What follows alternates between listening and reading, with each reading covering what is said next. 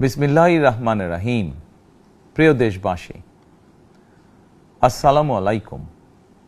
শুরুতেই মহান আল্লাহর দরবারে শুকরিয়া আদায় করছি। হাজারো শহীদের প্রাণের বিনিময়ে আমরা দেশ এবং জনগণের স্বাধীনতা, সার্বভৌমত্ব রক্ষা করতে পেরেছি।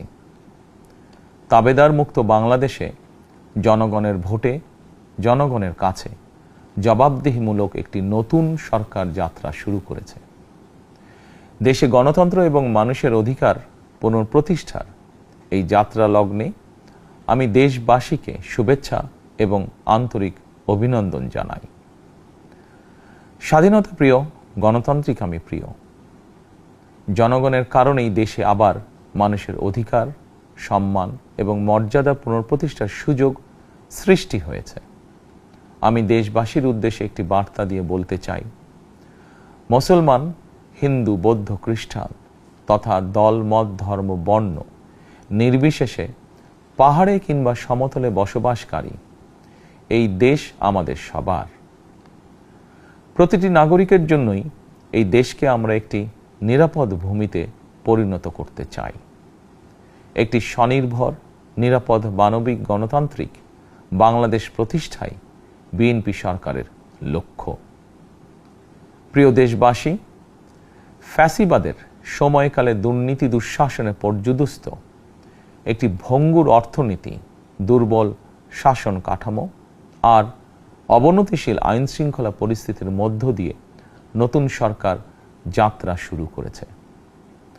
আইন শৃঙ্খলা পরিস্থিতির উন্নয়ন এবং কঠোরভাবে দুর্নীতি নিয়ন্ত্রণের মাধ্যমে জনগণের মনে শান্তি, নিরাপত্তা ফিরিয়ে আনাই হচ্ছে আমাদের সরকারের প্রধান অগ্রাধিকার। সারা দেশে জুয়া এবং মাদকের বিস্তারকেও বর্তমান সরকার আইন শৃঙ্খলা অবনতির অন্যতম কারণ বলে চিহ্নিত করেছে। সুতরাং জুয়া এবং মাদক নিয়ন্ত্রণে আইন শৃঙ্খলা বাহিনী সব রকমের কঠোর পদক্ষেপ গ্রহণ করছে।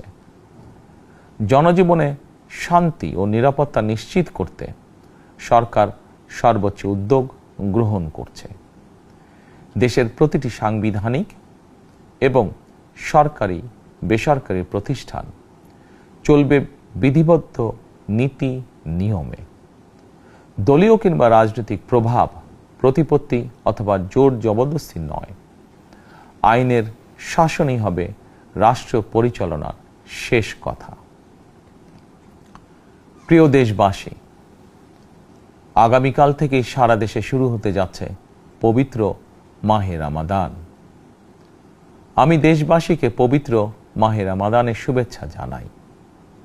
রমাদান আত্মশুদ্ধির মাস। আমরা যদি আত্মশুদ্ধি শব্দটির মর্মার্থ উপলব্ধি করি, তাহলে এই মাসে মানুষের ভোগান্তি বাড়ার কথা নয়। যদিও আমাদের অনেকের মধ্যেই এই মাসটিকে ঘিরে ব্যবসায় অধিক মুনাফা লাভের প্রবণতা লক্ষণীয়। আপনাদের প্রতি আমার বিনীত আহ্বান, রমাদানের পবিত্রতা রক্ষার্থে এই মাসটিকে আপনারা ব্যবসা মুনাফা লাভের মাস হিসাবে পরিগণিত করবেন না।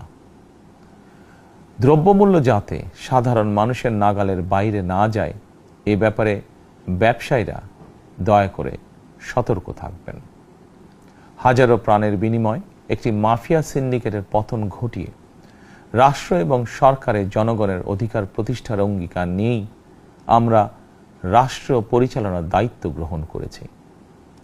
বিএনপি সরকার সকল ক্ষেত্রেই অনাচার অনিয়মের সকল সিন্ডিকেট ভেঙে দিতে বদ্ধপরিকর ইনশাআল্লাহ। ক্ষুদ্র, মাঝারি কিংবা ছোট বড় সকল ব্যবসায়ীদের প্রতি বর্তমান সরকারের দৃষ্টিভঙ্গি সহজ এবং স্পষ্ট। বর্তমান সরকার ব্যবসায়ী এবং ক্রেতা সাধারণ উভয় স্বার্থ রক্ষা করেই প্রয়োজনীয় পদক্ষেপ গ্রহণ করতে চায়। সুতরাং সরকারের পক্ষ থেকে কী ধরনের উদ্যোগ গ্রহণ করলে বাজার পরিস্থিতি নিয়ন্ত্রণে থাকবে কিংবা ক্রেতা বিক্রেতা উভয়েরই স্বার্থ রক্ষা হবে, এ ব্যাপারে আপনাদের যে কোনো ধরনের পরামর্শ কিংবা অভিযোগ শুনতে সরকার প্রস্তুত। ক্রেতা বিক্রেতা গ্রহীতা, এই সরকার সকলেরই সরকার। এই সরকার আপনাদেরই সরকার। আপনারাই ভোটের মাধ্যমে এই সরকারকে রাষ্ট্র পরিচালনার দায়িত্ব দিয়েছেন। আপনারাই এই সরকারের শক্তি।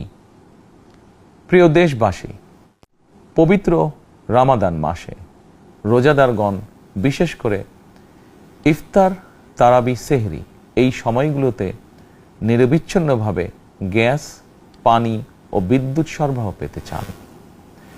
এই বিষয়টি নিশ্চিত করতে এরই মধ্যে আমি সংশ্লিষ্ট কর্তৃপক্ষকে নির্দেশনা দিয়েছি।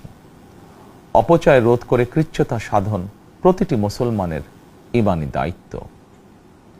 অফিস আদালতে বিনা প্রয়োজনে কিংবা প্রয়োজনের অতিরিক্ত গ্যাস, বিদ্যুৎ, পানি খরচের ব্যাপারে সচেতনতা অবলম্বন করাও ইবাদতেরই অংশ বলেই আমি মনে করি। দেশের সকল সরকারি বেসরকারি কর্মকর্তা কর্মচারী এবং জনসাধারণের প্রতি কৃচ্ছ্রতা সাধনের আহ্বান জানানোর আগে আমি সরকারের মন্ত্রী এবং বিএনপি সংসদ সদস্যদেরকে দিয়েই একটি দৃষ্টান্ত স্থাপন করতে চেয়েছি।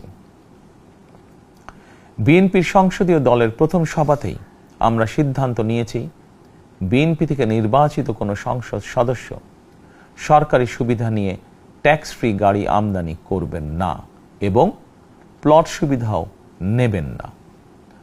আমি আপনাদের সামনে বলেছিলাম, রাষ্ট্র পরিচালনার সুযোগ পেলে বিএনপি সরকার মহানবীর ন্যায়পরায়ণতার আদর্শ অনুসরণ করবে। আমি মনে করি বিএনপির সংসদীয় দলের এই সিদ্ধান্ত ন্যায়পরায়ণতার আদর্শেরই একটি অন্যতম প্রতিফলন। প্রিয় দেশবাসী, বিভাগীয় শহরগুলিতে বিশেষ করে রাজধানী ঢাকায় যানজট অত্যন্ত নিয়ন্ত্রণহীন। হাটে মাঠে ঘাটে, অফিস আদালতে জনগণের ভোগান্তির শেষ নেই। জনজীবনের নানা ক্ষেত্রে জনদুর্ভোগ লাঘব করা না গেলে জনমনে স্বস্তিও ফিরবে না। রাজধানীতে জনসংখ্যার চাপ কমাতে বিকল্প ব্যবস্থা গ্রহণ করা জরুরি হয়ে পড়েছে।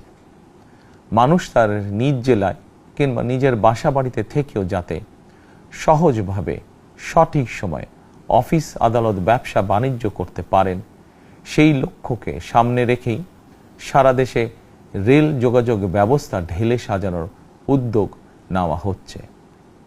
এই পরিকল্পনার অংশ হিসাবে প্রথমেই রেল, নৌ, সড়ক এবং সেতু মন্ত্রণালয়ের কার্যক্রম পুনর্বিন্যাস ও সমন্বয় করা হচ্ছে।